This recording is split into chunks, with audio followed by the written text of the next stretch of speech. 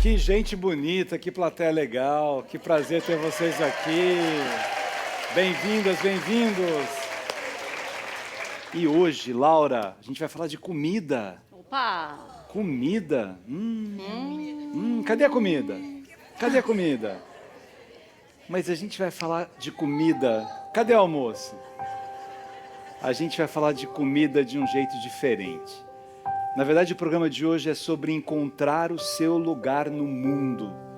Quando, de repente, eu fico ali quebrando a cabeça, qual é a minha profissão, qual é o meu sonho, o que eu quero da minha vida, e aí eu vou e encontro o meu lugar no mundo. E a gente trouxe um mineiro para falar disso. Maria Maria, Milton Nascimento. Mas é preciso ter força, é preciso ter graça, é preciso ter sonho sempre. Quem traz na pele essa marca possui a estranha mania de ter fé na vida. Vem aqui o chefe Gustavo Pereira. Uau! Bem-vindo. Obrigado, obrigado. Bem-vindo. Olá, tudo bom? Você sabe que eu me emocionei muito agora, né? Minha avó cantava essa música enquanto Sua ela avó cozinhava. cantava essa música? Olha. Eu tô aqui, ó, emocionado. E hoje, quando eu levo a gastronomia para os meus eventos e levo pro palco, né, para contar um pouco, eu sempre levo essa música contando um pouco sobre a história da minha avó, que me ensinou a cozinhar. Então, lindo, obrigado, obrigado. Someday I'll wish upon a star and wake up where the clouds are far behind me, where trouble smells like lemon tops, away above the chimney tops. That's where you'll find me, somewhere over the rainbow. Bluebirds fly, birds fly over the rainbow. That no I can't. Olha aí, um programa sobre sonho.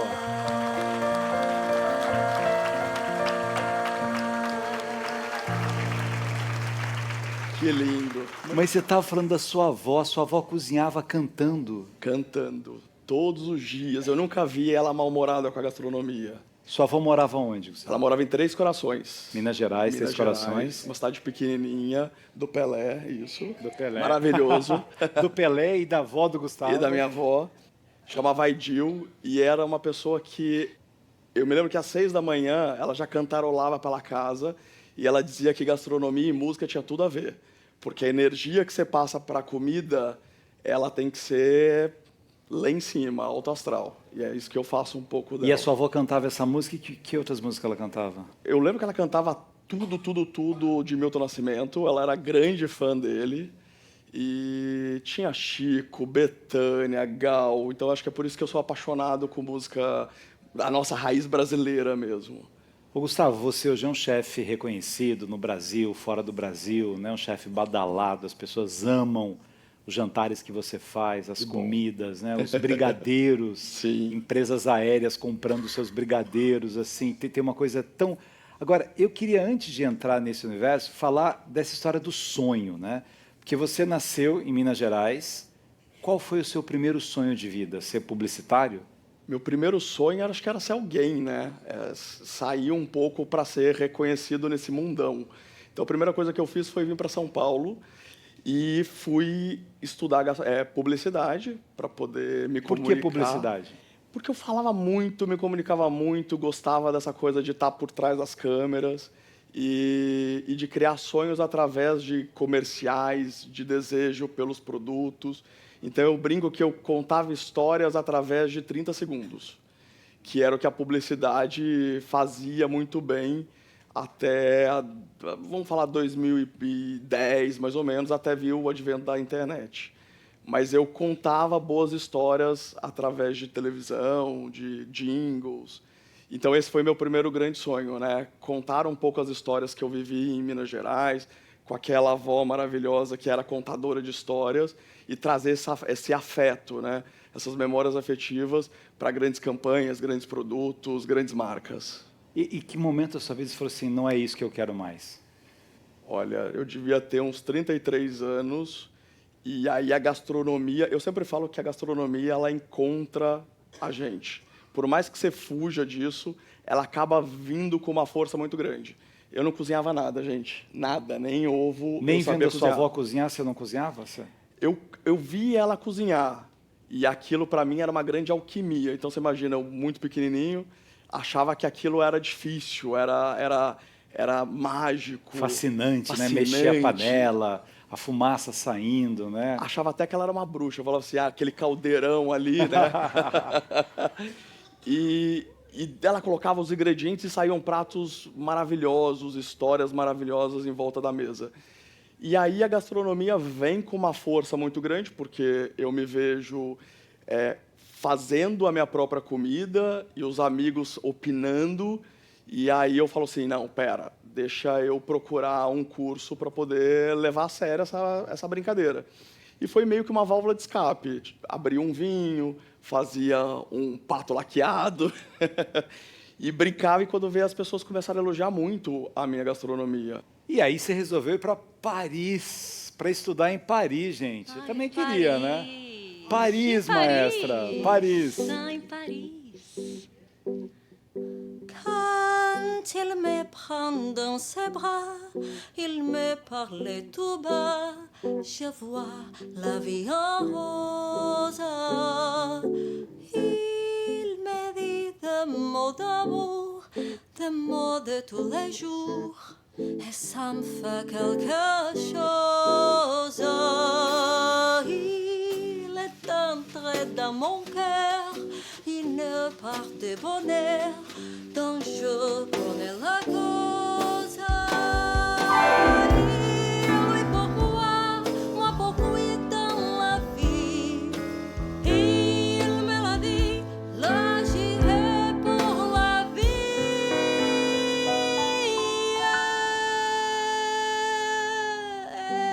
Et dès que je l'aperçois, alors je sens dans moi mon cœur qui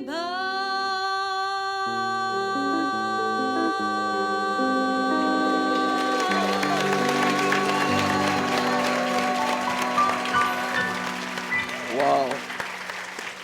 E como é que é essa experiência de um brasileiro que sai de Minas Gerais, que vai para São Paulo, que não sabe cozinhar e que chega em Paris para aprender?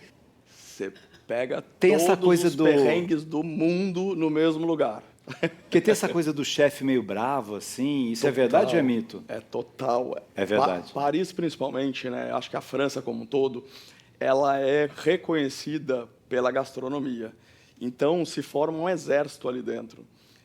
Eu digo que a França, ela evoluiu em uma série de fatores, mas na gastronomia ela preserva o clássico. Então, aquela coisa do chefe que joga panela, que grita na cozinha. Tem isso? Jogaram panela em você? Várias vezes. Nossa! E uma, inclusive, bem quente, foi um caldeirão de alguns 10 litros, e eu perdi uma unha do pé. É mesmo? Nossa, eu tô dando risada achando que é uma brincadeira. Não, eu já fui chorar no banheiro várias vezes, era complicado. Mas foi o que me formou, porque você tem a essência e o afeto mineiro da gastronomia. E lá eu fui buscar as técnicas francesas, que é o berço da gastronomia, é na França.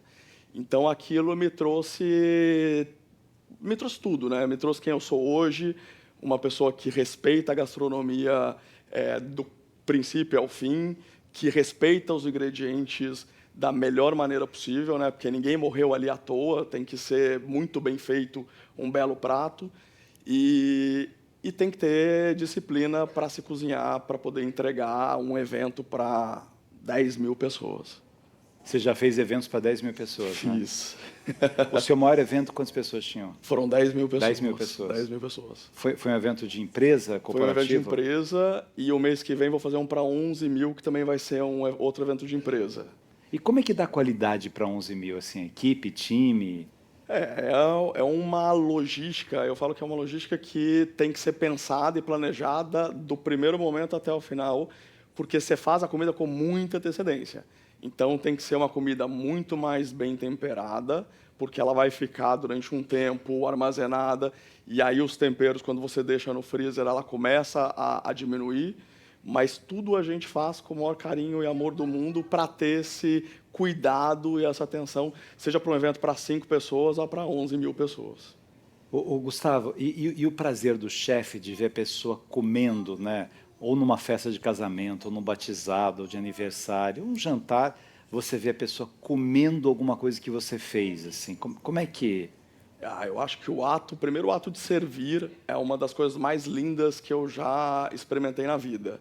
Eu acho que a publicidade não me deu isso, mas a gastronomia me deu. E além do ato de servir, você vê o prazer em se comer uma comida feita por você.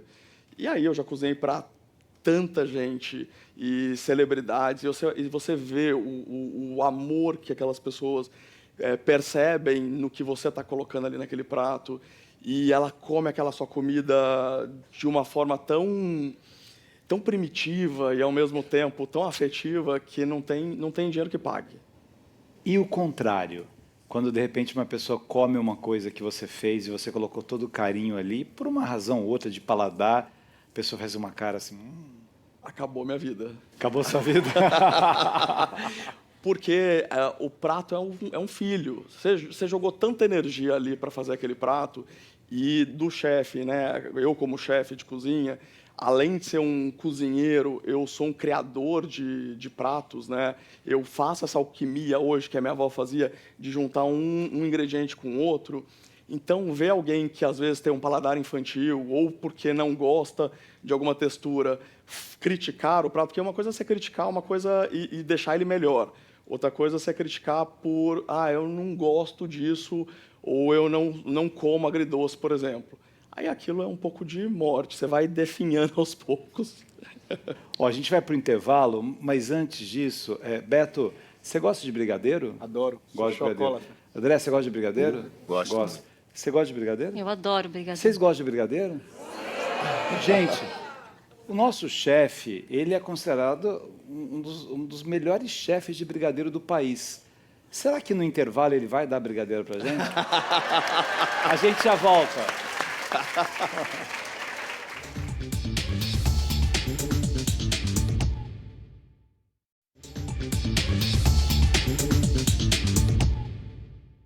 Ganharam brigadeiro? Não, brigadeiro. E conversando com esse chefe incrível, essa pessoa incrível, Obrigado. Gustavo Pereira, muito bom ter você aqui. Aplaudir. Obrigado. Gustavo, tem história de comida que não combina? Por exemplo, as pessoas falam assim, mas eu gosto de colocar ketchup na pizza. Pode ou não pode? Eu não posso falar isso, né? Porque o Rio já é clássico em colocar ketchup na O Rio pizza. coloca e São Paulo não coloca. São Paulo não coloca. Então, para não criar polêmica, vamos pular... Vamos falar ketchup no arroz. E o ketchup no arroz não, né? Mas tem gente que coloca. Ketchup no arroz? E não funciona. Não funciona. Não funciona. E a pessoa que pede um macarrãozinho com camarão, assim, coloca queijo ralado? Não pode. Não pode? Alguém coloca? Não. Ela coloca. Ixi, tem uma turma que coloca. Tem alguns ingredientes que não se combinam, né? Enquanto outros foram feitos um para o outro. No caso de frutos do mar, quando você coloca queijo, você tira o gosto do fruto do mar e deixa o queijo muito forte. Então tem ali uma briga entre eles. Tanto que os italianos não colocam. Mas acho que vai de gosto também, né? As pessoas estão aqui, têm a liberdade para colocar o que quiserem no prato. Contanto que tem história afetiva, eu sempre falo que gastronomia não pode ter culpa. Se tiver culpa, né, eu vou comer isso aqui com culpa, ou eu vou colocar isso aqui com culpa, aí eu acho que perde esse encanto da gastronomia. Mas em casa tudo é possível. Agora, o prato tipicamente brasileiro, arroz, feijão, farinha, isso combina. Super. E combina do seu ponto de vista da nutrição Da mesmo, nutrição né? também. Que faz bem para... Eu estava assistindo um programa esses dias que falava muito sobre essa coisa da vitalidade, de você poder envelhecer com saúde. Faltou um lugar aqui no Brasil para falar um pouco sobre isso, né? Porque o nosso feijão com arroz, farofa, aquela carne gostosa, ela leva a gente bem mais longe. Couve refogada, uma delícia de couve refogada. E é bem a cara de mineiros. O Gustavo, nossa amiga Rita Lobo, ela fala muito do ruim dos processados, né? Dos embutidos, dos processados, que a melhor comida é aquela comida que a gente faz em casa mesmo, essa lembrança, né, da avó que você estava dizendo. Por que será que aconteceu isso? Que a gente vê, né, um dos problemas do mundo é de obesidade e as pessoas comem coisas que não fazem bem também, né? Será que é a pressa, a gente desaprendeu o prazer de estar em volta de um fogão, de esperar aquela comida ficar pronta? Eu acho que a gente desaprendeu a comer juntos, tanto jantar e almoçar em família. No momento que todo mundo ganha uma tela, né, seja celular ou videogame, cada um vai para o seu mundinho, acaba que se perde essa coisa de jantar juntos e essa coisa de contar histórias. O que foi o seu dia no trabalho, o que foi o seu dia na escola. E a gente perdeu isso com a pressa, com o estresse, com esse mundo maluco que a gente está vivendo.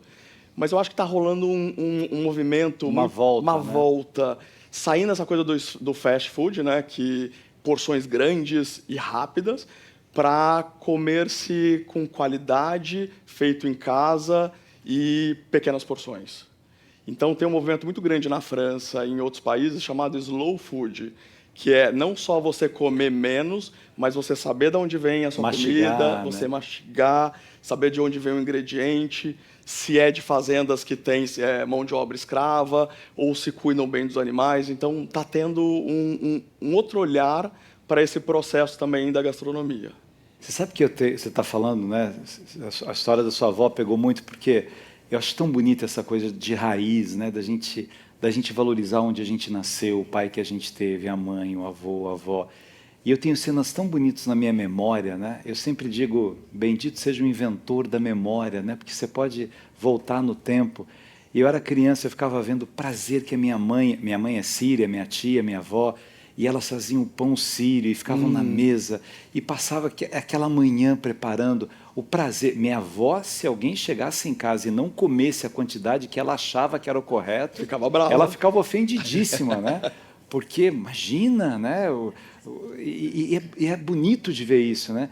E eu acho que hoje, quando a gente está falando muito dessa história da redescoberta dos afetos, da amizade, da presença, a comida é um fator essencial para isso, porque é muito gostoso você estar ali junto com alguém, preparando, comendo. É diferente, né, você pedir uma coisa rápida, comer e fazer aquilo, mas cultivar isso, né? Eu sempre digo que as memórias são feitas de momentos incríveis.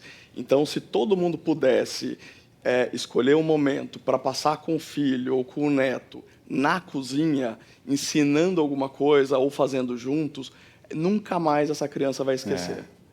É para sempre. Eu lembro, os momentos que eu mais lembro da minha infância é vendo aquela avó cozinhando, ou me ensinando alguma coisa, ou entregando ali uma comida quentinha na hora. Nunca mais eu tive essa... Eu nunca esqueci disso. Ô Gustavo, tem uma coisa assim, alguns banquetes, né? Você fala assim, nossa, mas a pessoa tem dinheiro para fazer isso, né? Comprou caviar para colocar lá, tem umas ovas de não sei o que, ter isso. Mas é possível você, com pouco dinheiro, fazer um banquete? Claro, nossa. E fica até mais gostoso, né? Porque tem gente que valoriza todo tipo de comida, mas eu acho que o que a gente tem que valorizar aqui é essa gastronomia feita em casa. É aquilo, ao invés de comprar, que a gente não sabe como foi feito e como chegou até você, é fazer o que você consegue fazer e muitas vezes através do que você tem na geladeira. Dá para fazer um belo banquete. Vide aí esses movimentos que estão aqui gigantes acontecendo no Brasil, que é as pessoas vegetarianas, veganas, que você não precisa mais de carne. Então, dá para fazer um banquete. Cada um do inclusive, seu jeito, do seu gosto. jeito. Fusões de gastronomia. Eu brinco que lá em casa é quase franco-mineira. É francês com Minas. Então, tudo que tem na geladeira, eu uso as técnicas francesas e os ingredientes mineiros. E dá um belo samba. Dá um belo Dá samba. um belo samba. E o café? E o café? Você tem um jeito todo especial para fazer café, né? Tenho. Conta pra gente. E é Gostando de engraçado café? que eu vejo as pessoas que falam assim, eu passo café todos os dias, meu café é incrível. Eu falo assim, já fez um café que nem esse aqui, direitinho, de passar o café?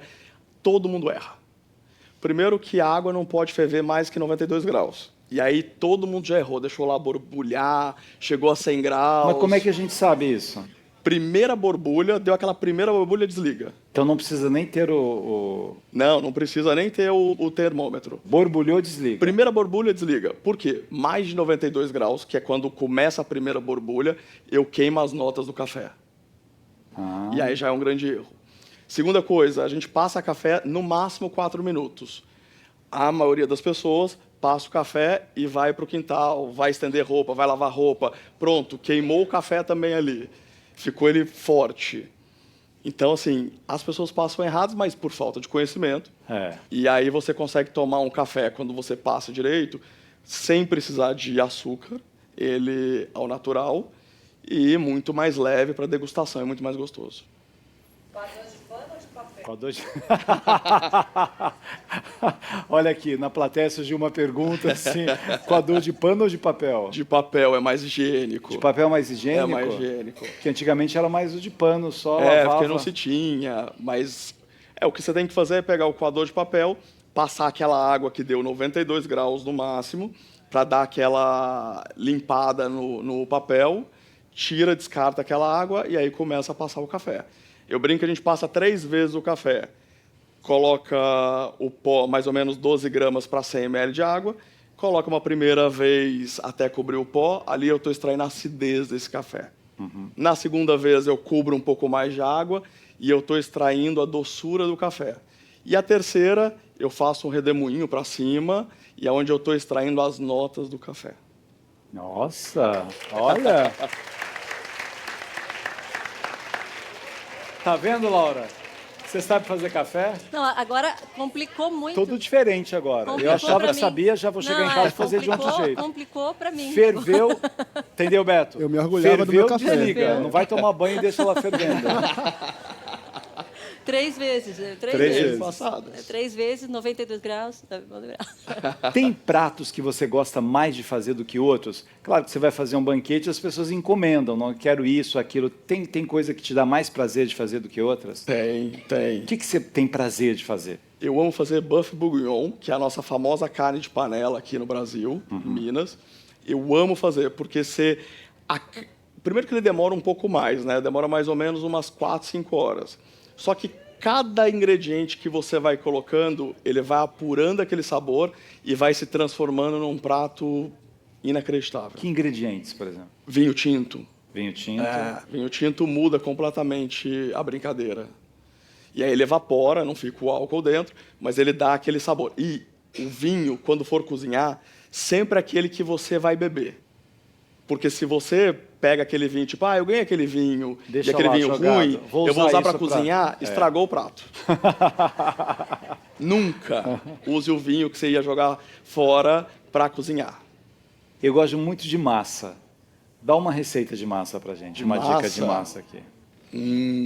Que aqui é cultura, a gente tem que sair daqui, chegar em casa e fazer. E Não fazer tem, em casa. Não tem, né, uma panela. Já não trouxe o brigadeiro. Né? Olha, eu sou apaixonado com molho vermelho, claro, porque minha avó italiana fazia E o esse molho vermelho é tomate, não é massa de tomate. Né? Não, tomate. Mas tem um molho maravilhoso que pouca gente sabe fazer, que é o molho branco.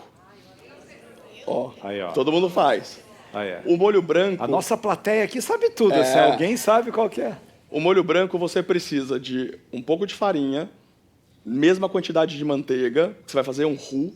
O roux francês é essa junção entre a manteiga e a farinha. E a farinha. E aí, na hora que ele estiver ali derretendo na panela, você vai juntando um pouco dessa farinha e vai fazendo esse roux até ele ficar tipo uma maçaroquinha. E aí, aos poucos, você vai colocando leite. E aí esse leite você vai misturando mais para ele dar aquela encorpada. Porque muita gente acha que molho branco é creme de leite, não é creme de leite. Ou que é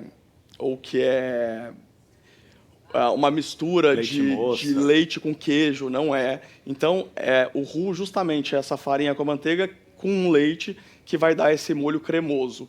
E aí você pode pegar uma cebola, cortar lá no meio, colocar 2 cravos, um louro e deixar lá dentro. Porque esse tempero vai encher de sabor esse caldo. Deu fome. Isso é boa. E aí, aproveitando, você pode também queimar a cebola na boca do fogão, que aí é chamada de cebola brûlée, que dá mais ainda sabor, né? E colocar um noz moscadas no final, que fica delicioso. Nossa. Que é bem brasileiro. Nossa, todo mundo com fome. Você gosta mais de cozinhar salgado ou doce, ou tanto faz? Eu amo cozinhar salgado.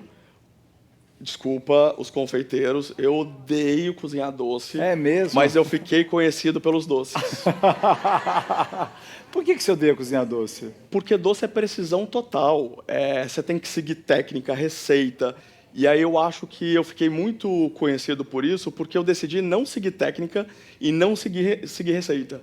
E aí eu criei meu próprio doce, que é menos doce e muito mais cremoso, e aí fez sucesso. E por que seu brigadeiro faz tanto sucesso assim? Todo mundo atribui o melhor brigadeiro do Brasil hoje a você, tal. Porque, primeiro, eu demorei 3 meses para desenvolver essa receita.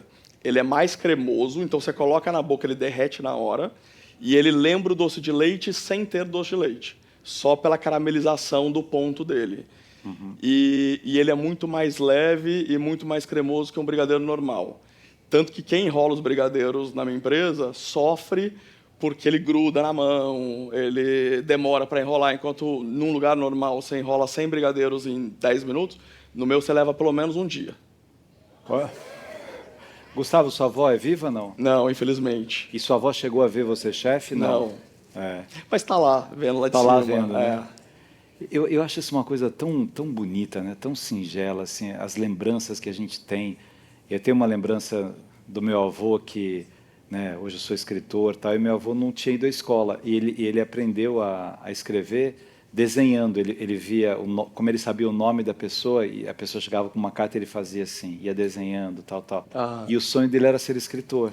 Que lindo. E ele estava vivo no meu primeiro livro só, depois ele faleceu. Oh. E é tão bonito a gente olhar para as nossas origens, né? Eu acho bonito como você fala isso, das suas origens, da lembrança da sua avó cantando, da lembrança da sua avó cozinhando. Eu acho que a memória, ela nos faz muito bem nesse sentido, da gente... Cada um aqui tem alguma história bonita de família, de avô, de avó, de tio, de tia, de pai, de mãe. Quem já perdeu o pai, a mãe, né? Lembranças que nos ajudam a ter a felicidade onde a gente está, né? Você revisitar esses passados Você sabe todos. que a frase que eu mais escutava da minha avó, e ela falava, jogava isso para o universo, para todo mundo, quem um dia conseguir fazer um pudim sem furinho, por favor, me deem a receita. E aí, quando eu voltei para o Brasil, a primeira coisa que eu fui desenvolver foi o pudim sem furinho para ela. Então, foi um presente que eu dei para ela. Leva 4 leites, é verdade. Quem é vegano morreria, ou quem tem problema de lactose morreria com esse pudim, com certeza. Mas é o pudim perfeito, sem furinho, graças a ela. Nossa, fiquei curioso sobre esse pudim sem furinho. Olha, quero agradecer muito a sua presença aqui. Uma honra estar com você. Pena que o tempo passa rápido. Mas a gente vai ainda agora conhecer, nesse terceiro sinal, um espetáculo maravilhoso. Eu sei que vocês vão adorar, vão curtir muito. E eu quero agradecer essa plateia, agradecer esse chefe incrível. Você quer o quê? A receita do brigadeiro. Vamos dar a receita, né? Por favor. Aí, ó. Obrigado. Ele volta para dar a receita. Obrigado, acompanhe com a gente o nosso terceiro sinal e a gente termina aqui com o Gustavo e felicidade. Olha que coisa boa, felicidade. Vamos cantar junto?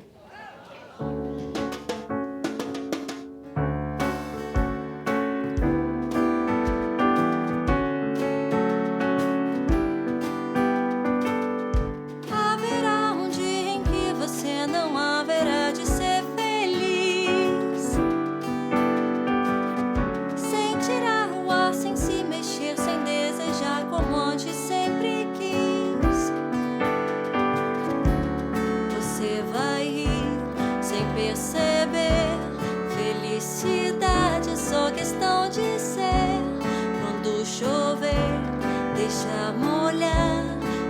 receber o sol quando voltar. Lembrará os dias que você deixou passar sem ver a luz. Se chorar, chorar é bom, porque os dias vão pra nunca mais. Melhor viver, meu bem, pois há um lugar em que o sol brilha pra você. Chorar, sorrir também e depois dançar. Na chuva, quando a chuva vem, melhor viver, meu bem, pois há um lugar em que o sol brilha pra você. Chorar, sorrir também e dançar. Dançar na chuva quando a chuva vem. Dançar na chuva quando a chuva vem. Dançar na chuva quando a chuva vem.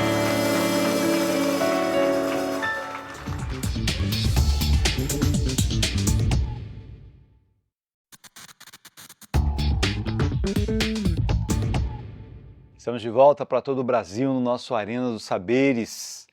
Agora, terceiro sinal, eu saí do Teatro de Arena de Copacabana, aqui no Sesc, Rio de Janeiro, para um outro espaço fascinante aqui em Copacabana mesmo, e vocês vão conhecer hoje uma peça que fala sobre mulher, que fala sobre o amor, que fala sobre violência, que fala sobre paz, que fala sobre solidão, que fala sobre liberdade.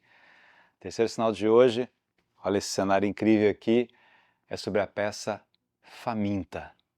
Acompanhem comigo. Muito bem, estamos de volta para todo o Brasil aqui no nosso Arena dos Saberes e hoje o terceiro sinal muito especial, a gente veio acompanhar uma peça que chama Faminta. Faminta. Por que, Natasha, faminta? É essa fome não só de comida, né? Acho que fome de descoberta, de experiência, é uma fome de muitas coisas, assim, uma mulher, essa personagem, ela tem fome do mundo, assim. Então essa faminta resumia bastante esse querer da personagem. E tem uma coisa fascinante na peça, né? Ela está vestida um pouco, tendo terminado a peça, que a gente está fazendo a gravação desse programa com a Duda Maia, que é a diretora da peça, mas tem uma coisa muito instigante no texto e na maneira com que se brinca, né? com as receitas, com entrar e o sair, com o homem que é um porco, com a mulher que sofre com esse homem, com a mulher que quer se libertar dele e ao mesmo tempo a mulher que tem essa coisa da libertação, mas ela tem a culpa e ela tem a solidão. Como foi o processo de elaboração disso, Natasha? Durante a pandemia, né, eu estava querendo muito falar sobre prazer feminino dentro desse universo da comida. Inclusive, Duda Maia, o nosso encontro começou quando ela me entregou um livro chamado Afrodite, um livro da Isabel Allende, com vários contos afrodisíacos e tal, muito interessante. E nesse livro tinha um conto do peixe. E aí, durante a pandemia, eu criei o curta-metragem O Peixe, a pequena ponte entre a gula e a luxúria. E aí foi esse curta-metragem, e durante a pandemia eu desenvolvi mais 2 roteiros, que eram O Porco e o Pão. Vontade de falar sobre essas coisas, enfim, histórias que não necessariamente saem do mesmo lugar, mas têm o mesmo ponto de partida, que é falar de prazer feminino através da comida. E quando eu chamei a Duda para dirigir, eu falei, será que a gente não faz a história dos filmes no teatro?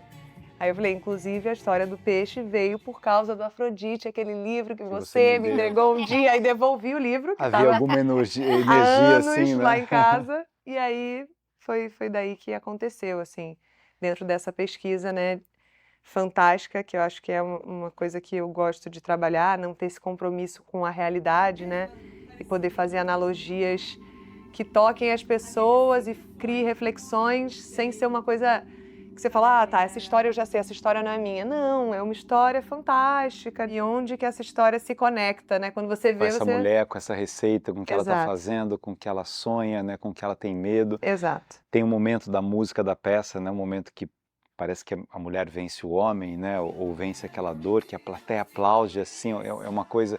Tipo assim, eu também sofro disso, eu também passei por isso, eu também vivi isso, né? Essa conexão é tão instigante quando você pega essa temática metafórica e ao mesmo tempo as pessoas estão compreendendo ali onde você quer chegar, né? Sim. A direção musical, nossa diretora musical Azul arrasou muito, assim. Veio muito a partir de Ilha, assim, o que fazer para contar essa história e não sempre sendo texto, né? E aí, com a autorização de Duda, começamos a experimentar umas coisinhas. E as músicas foram surgindo um pouco desse lugar, assim, de tentar sair um pouco do texto tradicional e cantar um pouco, né, essa história. Você faz coisas com o corpo que é uma coisa impressionante, né? Assim, a capacidade sua de construção e desconstrução desse corpo e de contar a história pelo corpo e tal. E a Duda é uma diretora que tem esse olhar profundo para o corpo, né? Aliás, você tem um processo de direção que é fascinante e que às vezes demora mais tempo até, porque você quer fazer com que o ator, né, a atriz, eles estejam inteiros ali, né? Como é que foi esse processo aqui, vocês duas? Então, assim, eu já conheço a Nath há bastante tempo e a gente fez um trabalho ano passado em São Paulo, que foi o Mundaréu de Mim, que eram 18 pessoas em Me cena. disseram que é lindo, lindo, lindo, eu não consegui ver. É um xodózinho, né, do Vitor Rocha, né, com o IBT. E eu já tinha uma vontade, assim, de trabalhar com a Nath, tanto que é muito engraçado, né, porque quando a Nath veio me falar desse projeto que ela estava começando a fazer e que eu entreguei o livro para ela, eu falei, poxa vida, eu podia dirigir, né, mas deixa eu ficar quieta. E aí, quando a Nath me fez esse convite, falei, Nath, eu quero. E acho que tem isso, né? Eu acho que o que me apaixona também, além do tema, né? Um negócio que você quer dirigir, é essa fisicalidade de quem vai defender essa história, defender esse espaço, né? Porque a dramaturgia, para mim, claro que com sempre todo respeito ao texto, mas ela é mais do que o texto para mim, né? A dramaturgia para mim é uma dramaturgia física, é uma dramaturgia musical, né? A música tem que contar uma história, o cenário tem que contar uma história. O cenário é incrível. Tudo tem que, a luz tem que ajudar a contar essa história e tudo a partir do corpo, né? E para mim é muito importante que a pessoa que esteja ali, a atriz, o ator, né, goste dessa criação pelo movimento. Então, esse lugar de experimentar, né? A gente passou por muitos lugares, né? A Mitty também, que é a diretora de arte, fez cenário, figurino, também trazendo coisas para a gente experimentar, né? Até a gente entender a própria cor, né? A dramaturgia, né? Que cor é essa? Como que a gente... Então, assim, quando tem realmente em sala de ensaio, não só quem está atuando, mas quando você tem uma equipe que é uma equipe que gosta desse trabalho de criação e não de trazer Conjunto, pronto, né? Mas de experimentar. Eu sou uma diretora da experimentação. E do coletivo, né? E do coletivo. Das pessoas poderem colocar os seus talentos, né, suas experiências, o seu repertório e ir unindo um com o outro, né? Esse cenário que você vai trabalhando com ele o tempo todo, vai mexendo, a cor tem a ver com sangue, não? Tem a cor da carne, não Da deixa carne, de ter essa cor da carne. Eu acho que tem a cor da Açougue. sensualidade. Eu acho que o vermelho é uma cor feminina e eu acho que esse espetáculo é uma homenagem a esse poder, a essa força, né, feminina que a gente sempre quis, tanto uma equipe de elas, né? Uhum. Eu gosto desse lugar do sensorial. Né? É engraçado que mesmo na equipe, né, cada pessoa que via esse plástico vermelho, ai, parece uma carne, ai, parece sangue. Eu acho tão né? legal as pessoas saírem comentando da peça e cada um acha uma coisa. Uma coisa, exatamente. Essa é a riqueza, né, da arte, do teatro, né? Porque ninguém é dono da subjetividade, né? Sim. Você tem uma intenção e a partir daquela intenção as pessoas chegam a conclusões diferentes, né? Total, é sensorial. Eu acho que quando as pessoas saem falando, entendi que isso aqui é isso, eu falo, gente, tá errado, vamos de novo. É deixar Vamos espaço voltar. para as pessoas também criarem, né? Porque o público também é criador da história, né? Não entregar tudo. Eu acho que é um trabalho muito que a Duda faz, assim, de Não, isso aqui é muito óbvio, né? Em vários momentos a gente se pegou na criação falando, Duda, cara, não é isso ainda.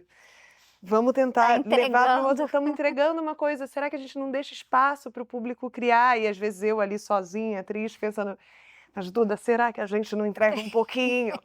Aí ela, não, Não, confia, o público vai criar, vai entender, e realmente hoje... Mas eu acho que demora para as pessoas ficarem assim, né? Porque receita é essa, né? E é muito interessante porque o jogo das palavras é genial, né? Como é que ele se desenvolve.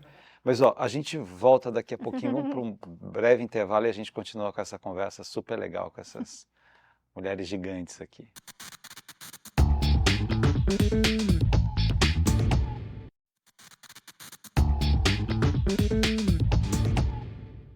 Muito bem, estamos de volta aqui no terceiro sinal de hoje. Eu queria começar, Natasha, pegando esse aplauso das mulheres ali, no momento em que a mulher deixa de sofrer. É um tema absolutamente necessário. É muito interessante isso que você fala assim, mas a sociedade melhorou muito, né? Feminicídio é crime, nenhum homem pode bater em nenhuma mulher precisa mais passar por isso. Você tem delegacia de defesa... Só que os dados de violência contra a mulher são assustadores. Sim. E o dado da violência contra a mulher dentro de casa é o mais assustador. Vocês fizeram algum laboratório pesquisando isso também, essa temática da violência contra a mulher? Acho que isso veio muito do texto, assim, né? E experiências minhas de vida, experiências de amigas, vontade de falar sobre esse assunto. E porque às vezes é uma coisa muito estrutural, né? Às vezes a mulher não chega a apanhar, mas ela vive um ambiente muito Humilhada, limitador, né? diminuída, pisada, né? Diminuída ou paralisada mesmo. Essa mulher que, né, a gente procura conforto, né? Eu acho que é uma coisa muito estrutural mesmo, de que a mulher tem que procurar um homem, porque assim ela vai estar estável. E aí, nesse lugar de conforto, às vezes você está numa situação tóxica, terrível, mas você pensa, era aqui que eu tinha que estar, socialmente falando, né? Então eu tenho que aceitar essa condição que eu tô. Então, acho que a vontade de falar de uma maneira fantástica é para falar, sim, às vezes você não apanhou, mas eu acho que o aplauso das mulheres vem do, nossa, às vezes é tão pequeno e é tão importante, é tão humilhante. Às vezes é uma palavra, é um som, uma coisa que alguém repete, você tem que ficar se impondo. Então, eu acho que esse aplauso vem desse lugar que na peça a gente consegue vingar um pouco, né? Essas mulheres enfim, que sofrem esse tipo de violência. E eu acho que é por isso que rola essa comoção toda, né? Eu amo esse momento, porque é uma vingança possível ali dessa mulher, e, enfim, depois ela sofrendo as consequências dessa vingança. Mas acho que é onde a torcida vem pra junto dessa personagem, né? A gente fez um terceiro sinal com Carmen, com a ópera, né? E a ópera Carmen foi uma ópera revolucionária na época, né? Bizet não foi nem bem recebido, enfim, foi vaiado a apresentação porque era uma mulher muito libertária e tal. Só que Carmen morre no final. E há uma montagem agora na Itália que ela é que mata o Dom José. E aí que é uma coisa assim, porque, na verdade, né, ninguém está pregando que ninguém mate ninguém, mas assim, é tanto sofrimento, é tanta dor, é tanto peso, é tanta humilhação, que de repente você vê e fala assim, mas que bom que algumas vozes, né, se colocam de uma outra maneira. E por outro lado, né, Duda, eu sei que você gosta dessa temática, né, porque você não aceita qualquer trabalho, você precisa tocar na sua alma para isso, porque a gente pega alguns relatos, né, de mulheres que justificam até o que elas sofrem. Ele bate, mas pelo menos alguém toca em mim, né? Ele toca em mim, ele faz isso, que é o começo da fala dela também, né? Sim. Tem Será uma que eu tô coisa, né? Será que eu inventando, estou né? inventando? E alguém fala assim, mas você vai denunciar esse homem? Você vai destruir a sua família? Quer dizer, Sim. ela que vira a né? responsável, ela que apanha, ela que sofre, ela que é humilhada e ela que vira responsável por isso. Como é legal o teatro, né? Que entretém, que diverte, mas que traz temas que fazem com que as pessoas pensem, que elas saiam falando sobre isso, né? Eu acho que é um trabalho também que provoca reflexões, né? que provoca reflexões e que quando eu penso assim, né, toda a trajetória, né, dessas 3 histórias, né, do porco, do Peixe do peixe, pão. do pão, né, vai por um caminho, talvez, plantar a sementinha de que a liberdade é possível e de que você, uma mulher, estar sozinha não é um problema. Uma das partes, para mim, que mais me emociona no espetáculo é essa coisa de você lembrar de você, né? Que o pão é o seu corpo e que você pode perder tempo, que não é perder tempo, é ganhar tempo só com você, né? Só é você que está aqui, você pode se divertir com você pode brincar com você, né?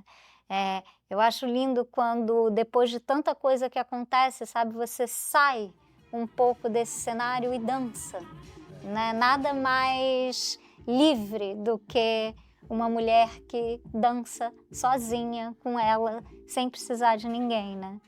Então, para mim, fica muito essa vontade de dizer para essas mulheres e de quem está ao redor das mulheres, de dizer, você é muita coisa sozinha, né? E claro que vai ter as suas relações e tudo, mas que você é gigante.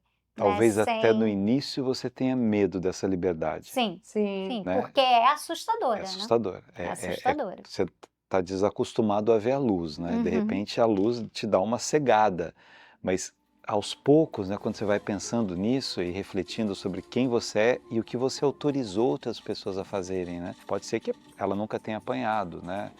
Mas Sim. há outras formas de bater, né? Sim. Sim, total. As piadas, as Oprimir. brincadeiras, De a oprimir. opressão, a depreciação, né? Eu ouço ainda pessoas rindo de piadas, né? Não, imagina, olha como é que você ficou, eu vou trocar você por 2 de tanto, tal. Uhum. Quer dizer, a mulher é uma coisa, é um objeto, tem aquela perfeição que ele idealiza e ele não é nada daquilo, né? Não dá para julgar as histórias, as pessoas que aceitam isso também, pelo repertório que elas têm, né? Pelas mães que elas tiveram, pelas avós que elas tiveram. Como é difícil você romper esses ciclos de violência real ou simbólica. É um trabalho muito complexo para isso, né? Então, o texto trazer isso, né? E esse corpo que é múltiplo, que é seu, que é Sim. inteiramente seu, né? É outra linguagem que toca nas pessoas, né? Eu acho que tem um limite, né, que de tudo isso que você está falando, do lugar da violência, que às vezes é difícil de enxergar mesmo, né? As mulheres costumam, inclusive, performar. O começo da peça fala muito sobre esse lugar da mulher gostar de ser consumida aos pedaços, porque, ai, uma mulher inteira, pra quê? Se cada pedacinho dá para alimentar. E aí, quando você vê, você tá perdida, né? Despedaçada. E fala, meu Deus, como é que eu vim parar aqui? Então, não é uma coisa linear que você consegue acompanhar o avanço da violência, né? De repente você vê e você fala, meu Deus, eu tô despedaçada. E aí, uau, que trabalho para recolher todos esses pedaços. Será que eu vou dar conta? Melhor eu ficar por aqui mesmo. É muito difícil perceber, não é uma coisa clara, uma linha clara que divide a mulher que não está sofrendo violência da mulher que sofre violência, né? Ela é uma linha borrada. Então, o tempo inteiro, principalmente por causa da estrutura machista patriarcal, é muito difícil identificar. E muitas vezes a gente está performando esse lugar de, não, eu tô adorando isso, me bate, me devora, e Ele é louco por mim. ele é louco por mim, ele faz isso porque é muita paixão. Então, nossa, onde é que... Você cria uma dependência quase, né? Você vê. Né? Exato. Tem até um texto da Clarice Lispector que outro dia eu vi a Maria Fernanda Cândido, que vai fazer agora Paixão Segundo GH, e ela fala, eu perdi uma terceira perna que me era inútil, algo assim. E aí, que é essa relação, né, que te dá uma estrutura, mas que te paralisa, e que você não consegue mais fazer nada. Mas você se sente estruturada com uma terceira perna que você não precisa. Então, quando você perde isso, parece desesperador e solitário, mas na verdade é só você voltando a ser uma mulher de Você duas vai se pernas. lembrar que... Aí fala, uau, exatamente. e como é difícil também, né? Ser só uma mulher de duas pernas depois de ter ficado, né, paralisada por essa estrutura. Acho que tem um pouco essa analogia também. Parabéns. Obrigada. Essa é linda, vale muito a pena acompanhar. Que Vida boa longa. parceria, vida longa. Tomara que fique aqui, que vá para outros teatros, que vá para São Paulo. É instigante como alguns temas, depois que a lei resolve, a cultura ainda não resolve. Então demora para isso, né? Então, pela lei as mulheres já estão protegidas, pela lei o homem não é o chefe da família, mas assim, aí é a cultura que vai fazendo com que nesses repertórios todos do passado, né, as pessoas possam repensar uma outra vez, isso que a Duda falou, poxa, mas eu posso ficar bem sozinha. Uhum. Eu tenho um corpo, eu posso dar conta de mim, né? Essa solidão eu também posso dar conta dela, né? E a peça ainda termina compartilhando, a gente come pão. Tá vendo, gente? Se não gostarem da peça, pelo menos tem um pãozinho no final. Vem ver. Obrigado, muito obrigado por Obrigada. vocês Obrigada. duas, vocês são gigantes, maravilhoso espetáculo. Obrigado a você pela audiência. Semana que vem a gente se encontra em mais um Arena dos Saberes.